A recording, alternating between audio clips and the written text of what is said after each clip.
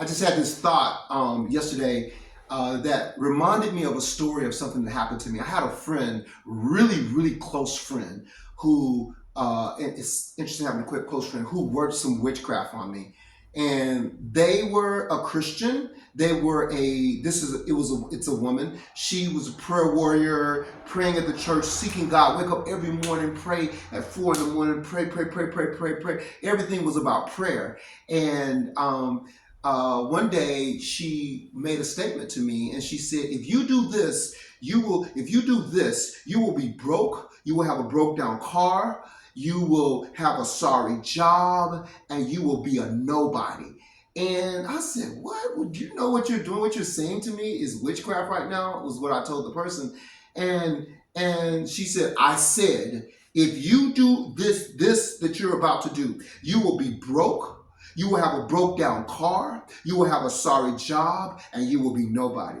Anybody that knows me knows that all my life I have been buying and selling cars. I've always had cars, like lots of cars.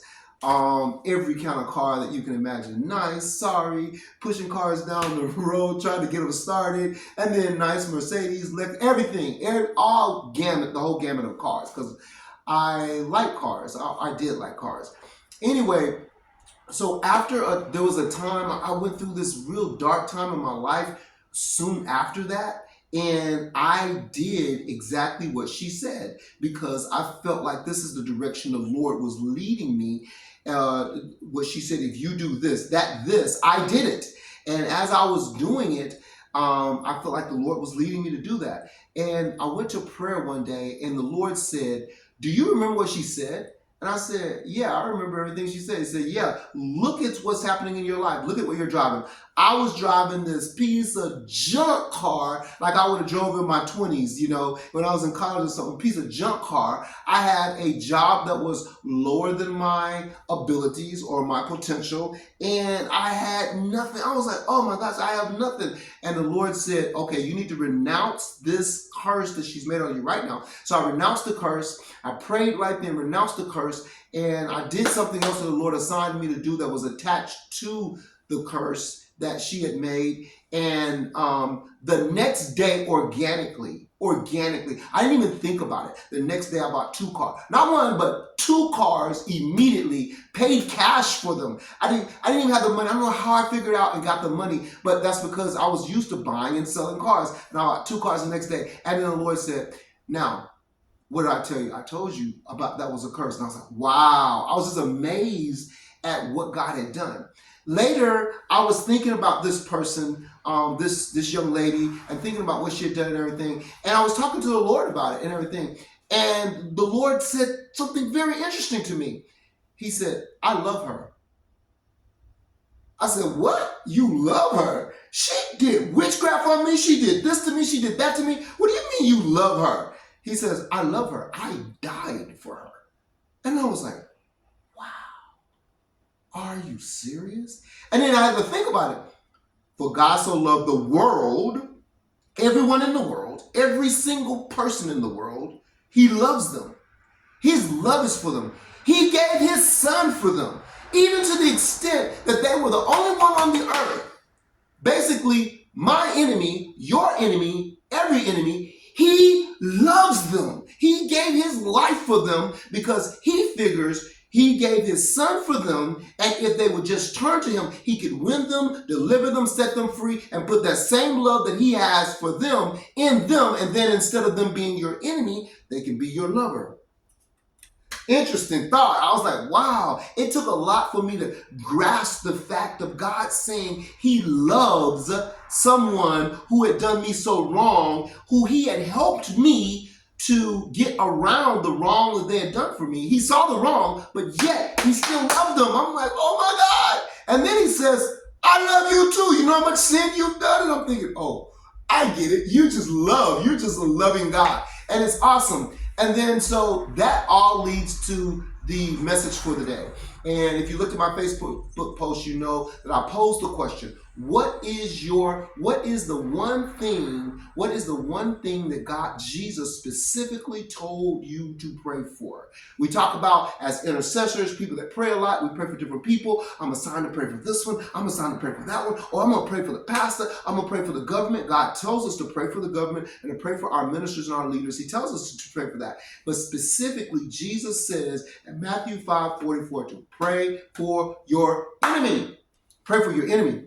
And I've read that for years, and I've wondered, what the world, why do I have to pray for my enemy? Who is them? Do I have any enemies? Do I have any enemies? And the Lord began to line up for me people that are enemies to me and how they are enemies. And in another message or another segment, I'm going to talk about how to determine who your enemy is. It's not just who you think, and how people can become your enemy.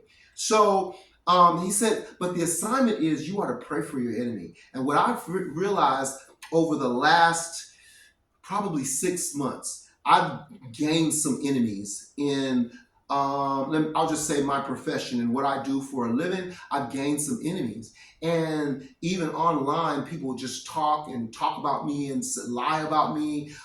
People that were jealous of me for what, I don't know why they're jealous of me. I mean, I'm just daring, but they're jealous of me for whatever reason. And they became my enemy. And the Lord began to tell me, pray for them. I want them to be on the top of your prayer list. Pray for them. So I began to go into Facebook and find who they are, find out about their life, look into their life, find out about their family, write the names of their family members down, write their names down, and pray for them like Noah. Pray for them like I'm praying for my children, like I'm praying for my family. Pray for them like they're one of my family, because this is the assignment. And here's the thing that has happened as a result of doing that. When I pray for them, God inadvertently brings them back around to me. Let me tell you, one of them, I don't know if this person would be an enemy. I wouldn't consider this person an enemy. It's definitely not now, after the Lord worked it out. There was a person who had done me wrong, just kind of snaked me a little bit in a work situation. And when I came, as soon as they did it, I forgave them. I said, I'll forgive them. I'll forgive them. I'll release them, and I let it go. And I didn't say anything about it, and I let it go. A few weeks later, I wanted to mention to them, hey, you did X, Y, Z to me. Please don't do that again. And I did. And they turned around and said to me, I'll do it again next time if it happens again. I was like, oh, that's how you are. And then I was like, within my heart, I said, Lord, what do I do now? Because he's not like saying, cool, Darren, we cool. And all that. He's like saying, no, I'll do it again. And in my heart, I said, oh, I get it. You'll never get a chance to do it again. Because I marked him in my mind and say, you'll never get a chance to do that to me again. I'll make sure that doesn't happen again. So, cool. We went on. And then I'm not going to tell the story because it will tell who the person is. I don't know what to say. But inadvertently, something very negative happened to them, and they ended up needing some money or something. They really didn't need the money, but something happened, and somebody posted online and asked to donate money. So I donated money. I donated immediately. When I saw this person, I donated the money immediately, because they were to a certain extent my enemy, but not really an enemy, but kind of against me. And so I immediately donated money. And then right after I donated money, the donation thing came down, because the person told the other person who put it up, hey, we don't want that up there. We don't need money like that. But the only person that was able to donate money was me, to a person who I felt like had done something wrong to me, but I had forgiven it. That person turned around and came, Darren, what's up, man? Thank you so much. They saw my heart. They saw the love of Jesus. They saw a God who says, I love you even though you sin. I love you even though you do wrong. Romans 5:5. And that while we were yet sinners, Christ died and gave himself for us. The example of a Christian is the cross. While we were sinning, he was dying for us. In his eyes, at the cross, was us sinning, and him giving his life for us. And so with that backdrop, he says to you and to me, he gives us an assignment. And the assignment is pray for your enemies. Pray for those that persecute you. Love your enemy. Return good for evil. In this world, it would be almost like a click, a kind of a click, a what do we say? Click, kind of a statement would be, oh, that's hard to do. Oh, how are you gonna do it? And it's kind of like a statement that shouldn't even be said. Jesus told us to do it. We can do it. We should do it. It is our primary assignment over any kind of Christian assignment I'm supposed to have, is to love, to pray, to believe, and to win people to Christ. And He is trying to use our life, our struggles, our persecution, our testimony, all of that to win people to Him. So I end this by saying, how you doing on your assignment? How you doing on your assignment?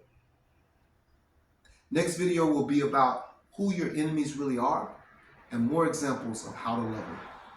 Have a great day.